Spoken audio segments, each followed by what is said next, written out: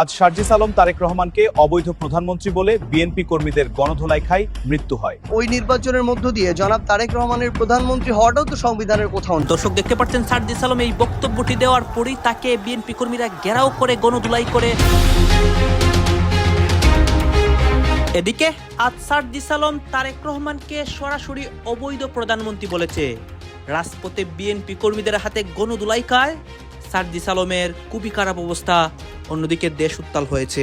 BNP সরকারের মন্ত্রিসভা নিয়ে বিএনপির অভ্যন্তরীণ তোলপাড়, চরম ক্ষোভ এবং উদ্বেগ, বিস্ময়, যার ফলে মন্ত্রিসভা পুনর্গঠন করতে বাধ্য হতে পারেন বা বাধ্য হবেন মাননীয় প্রধানমন্ত্রী জনাব তারেক রহমান। সামাজিক যোগাযোগ মাধ্যমে স্লোগান নিয়ে এক রহস্যময় পোস্ট করেছেন জাতীয় নাগরিক পার্টি এনসিপির উত্তরবঙ্গের মুখ্য সমন্বয়ক শারজিস আলম। 5 আগস্টের পরবর্তী সময় 16-17 মাসে যে অন্তর্বর্তীকালীন সরকারের উপদেষ্টারা ছিল, তারা বাংলাদেশটাকে দুর্নীতির সদর দপ্তর বানিয়ে ফেলেছে।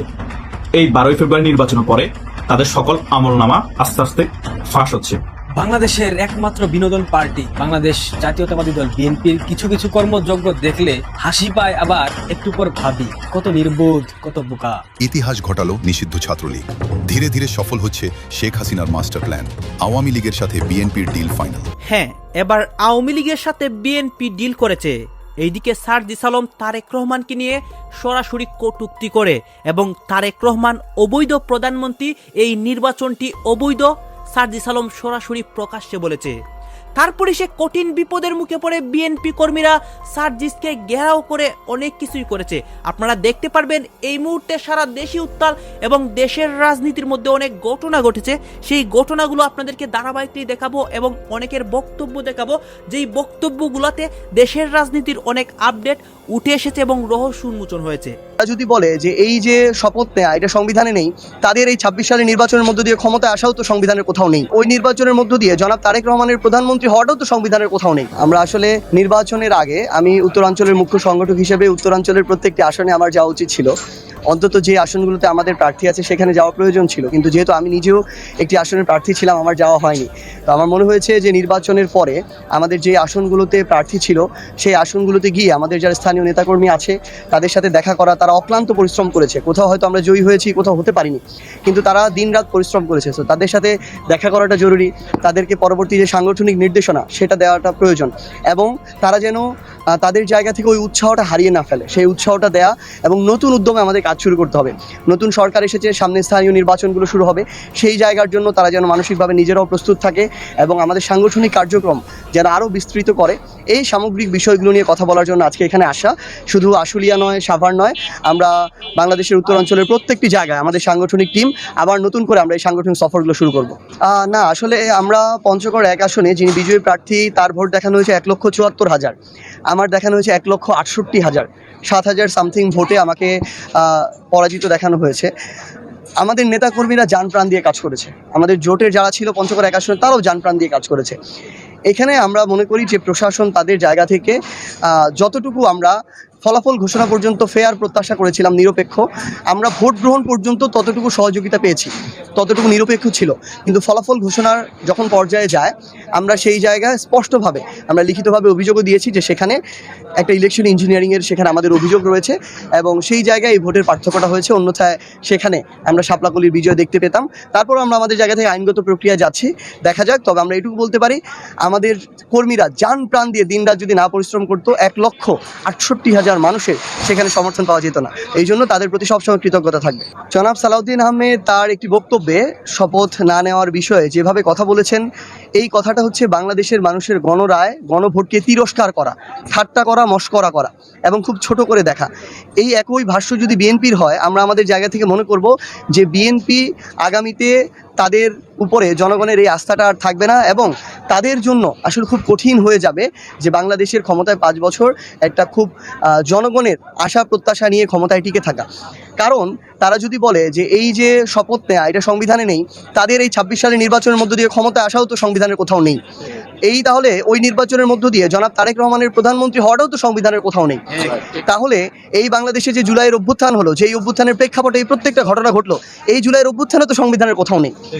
এই অন্তর্বর্তীকালীন সরকার হলো, তারা ঐক্যমত্য কমিশন করলো, জুলাই সনদ করলো, এগুলোও তো কোথাও সংবিধানে ছিল না। তো তারা তাদের জায়গা থেকে যদি এখনও দেশ এবং জনগণের স্বার্থকে এটাকে ছোট করে দেখে ক্ষমতায় টিকে থাকার স্বার্থ এবং নিজেদের ক্ষমতাকে আরও কুক্ষিগত করা এটাকে বড় করে দেখে, আমরা মনে করি জনগণ তাদের উপর আর আস্থাটা ওই রাখবে না, এবং জনগণ যদি আস্থা না রাখে। সময় বড় অদ্ভুত এক জাদুকর। যে সময় মানুষকে আকাশের চাঁদ এনে দেয়, সেই সময় আবার এক নিমিষেই সবকিছু কেড়ে নিয়ে ধুলোয় মিশিয়ে দেয়। মনে পড়ে সেই দিনটির কথা, যেদিন ডক্টর মোহাম্মদ ইউনূস বাংলাদেশে পা রেখেছিলেন। সেদিন বিমানবন্দর থেকে রাজপথ জনসমুদ্রের ভালোবাসায় ভেসে গিয়েছিলেন এক বিশ্বজয়ী নায়ক। চারপাশ মুখরিত ছিল স্লোগানে, লাখো মানুষের চোখে ছিল নতুন বাংলাদেশের রঙিন স্বপ্ন। কিন্তু আজ 558 দিন পর যখন সেই মানুষটি বিদায় নিচ্ছেন, তখন চারপাশ নিস্তব্ধ। না আছে কোনো ভিড়, না আছে কোনো স্লোগান, এমনকি নিজের লাগেজটা বহন করার মতো একটা মানুষও নেই পাশে। ক্ষমতার মসনদ ছাড়ার সাথে সাথেই কি চেনা মুখগুলো সব অচেনা হয়ে গেল? আজ আমরা বিশ্লেষণ করব ডক্টর ইউনূসের সেই নিঃশব্দ বিদায় এবং তার শাসন আমলের না বলা সব ডার্ক রিয়ালিটি।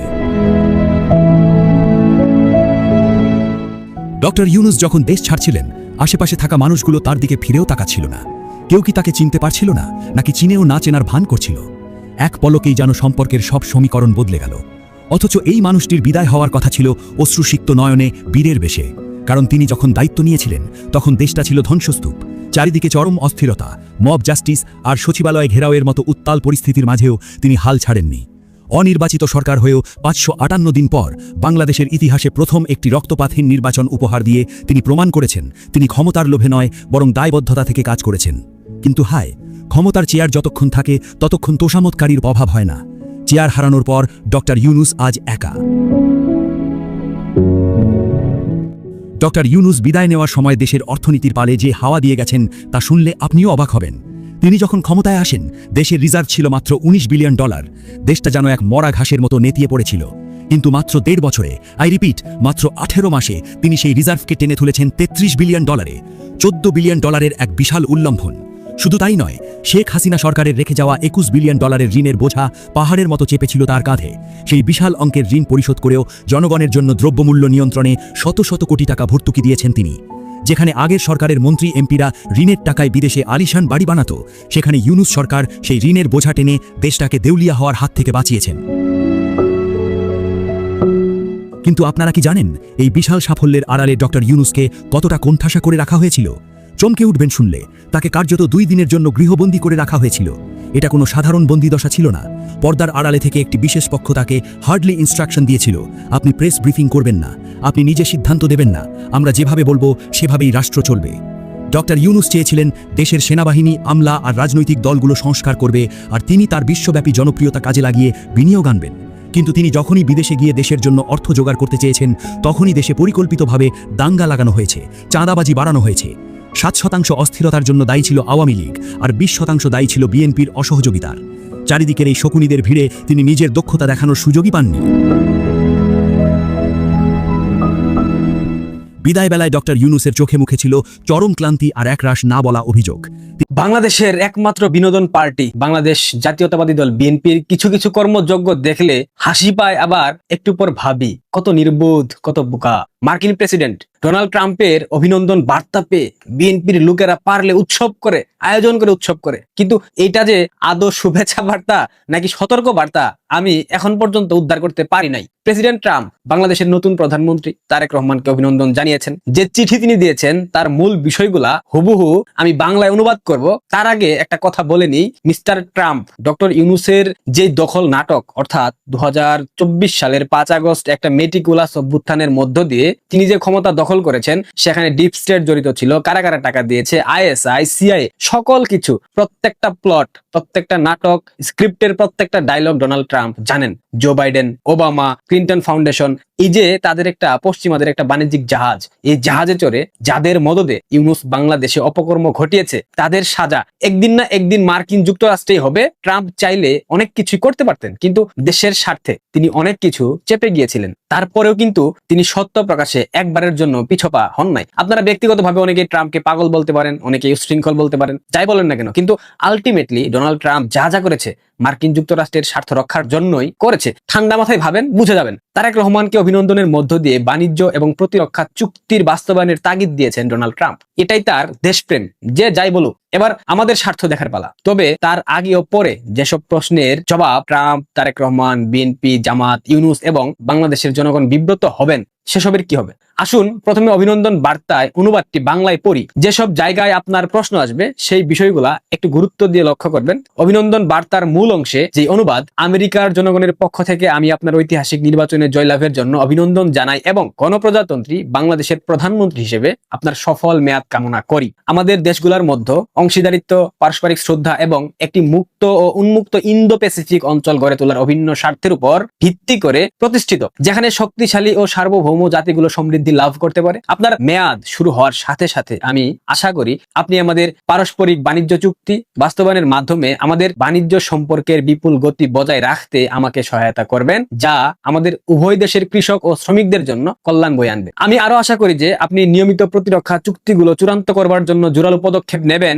যা অবশেষে আপনার সামরিক বাহিনীকে উচ্চ প্রযুক্তি সম্পন্ন আমেরিকান নির্মিত সামগ্রী যা বিশ্বের সেরা সংগ্রহের সুযোগ সৃষ্টি করে দেবে। অভিনন্দন বার্তায় মূল তাগিদগুলো ছিল ইতিহাসের সেরা নির্বাচন, সফল মেয়াদ কামনা করি, আপনার মেয়াদ শুরু হবার সাথে সাথে পারস্পরিক চুক্তি বাস্তবায়ন, প্রতিরক্ষা চুক্তিগুলো চূড়ান্ত করবার জন্য জোরালো পদক্ষেপ, আমেরিকান নির্মিত উচ্চ প্রযুক্তি সম্পন্ন সামরিক সরঞ্জাম সংগ্রহের সুযোগ। এখন প্রশ্ন হলো, তারেক রহমান কি আসমান থেকে পড়ে বলবেন যে এই চুক্তিগুলো ইউনূস করেছে, আমি করিনি? এই দায়ভার কি শুধু ইউনূসের দখলকৃত মেয়াদের? সেই আবদার যে টিকবে না, এটা তারেক রহমান খুব ভালো করে জানেন এবং শর্তের বেড়াজালে ও অঙ্গীকার করে বাংলাদেশে পা রেখেছেন তিনি। বিএনপি সরকারের মন্ত্রিসভা নিয়ে বিএনপির অভ্যন্তরীণ তোলপাড়, চরম ক্ষোভ এবং উদ্বেগ, বিস্ময়, যার ফলে মন্ত্রিসভা পুনর্গঠন করতে বাধ্য হতে পারেন বা বাধ্য হবেন মাননীয় প্রধানমন্ত্রী জনাব তারেক রহমান।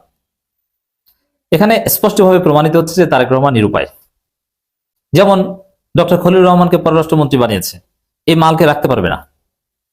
খবর, খলিলুর রহমানকে পররাষ্ট্রমন্ত্রী করা নিয়ে বিএনপি তো বিস্ময়, বিএনপিতে বিস্ময় শুরুর দিকেই, তাও একটা সিগনিফিকেন্ট মন্ত্রণালয়, এবং পুরো বিএনপি সরকারকেই নৈতিকভাবে প্রশ্নবিদ্ধ করে দেয় এবং নির্বাচনকে প্রশ্নবিদ্ধ করে দেয় ডক্টর খলিলকে পররাষ্ট্রমন্ত্রী বানানোর মধ্য দিয়ে।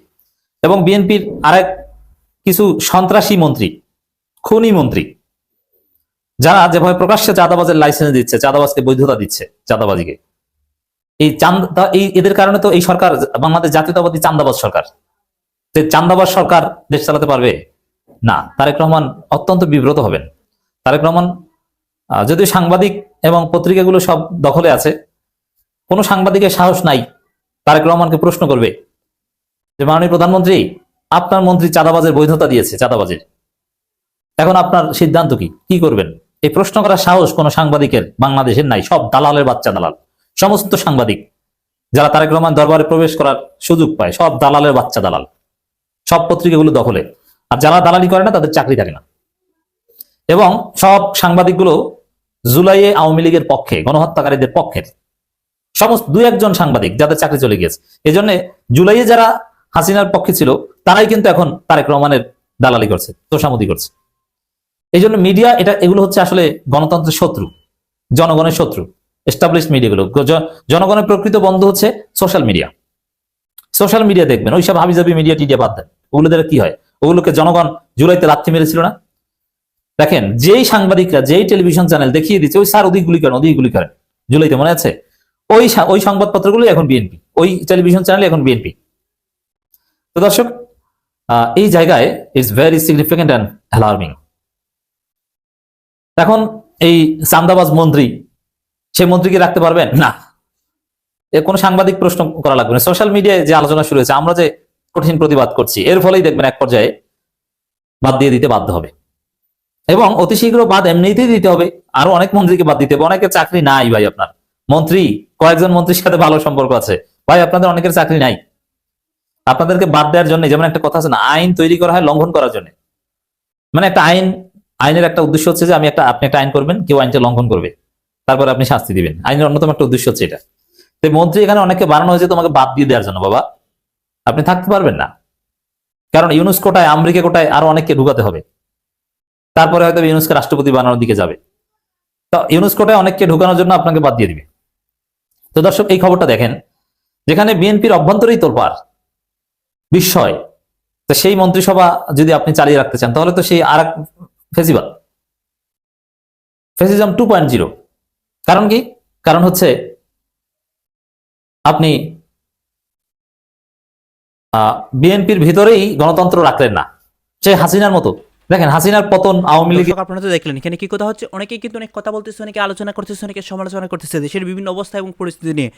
বিশেষ করে এখানে আমরা দেখতে পাচ্ছি সার্জিস আলমের বক্তব্যকে কেন্দ্র করে অনেক কথা হচ্ছে, ডক্টর ইউনূসের বিদায়কে নিয়েও অনেক কথা হচ্ছে। গাইজ, এই বিষয়গুলো দেখে এবং দেশের রাজনীতির প্রেক্ষাপটগুলো নিয়ে আপনাদের মন্তব্য কি? আপনাদের মন্তব্যটা অবশ্যই আপনারা আমাদের কমেন্ট বক্সে লিখে যাবেন। সর্বশেষ আপনাদের কাছে আমাদের একটা রিকোয়েস্ট থাকবে, আপনারা আমাদের চ্যানেলে নতুন দর্শক হয়ে থাকলে চ্যানেলটি সাবস্ক্রাইব করবেন এবং পাশে থাকা বেল বাটনটি বাজাবেন যাতে করে নেক্সট ভিডিওটা সবার আগে আপনাদের কাছে পৌঁছে যায়। ধন্যবাদ।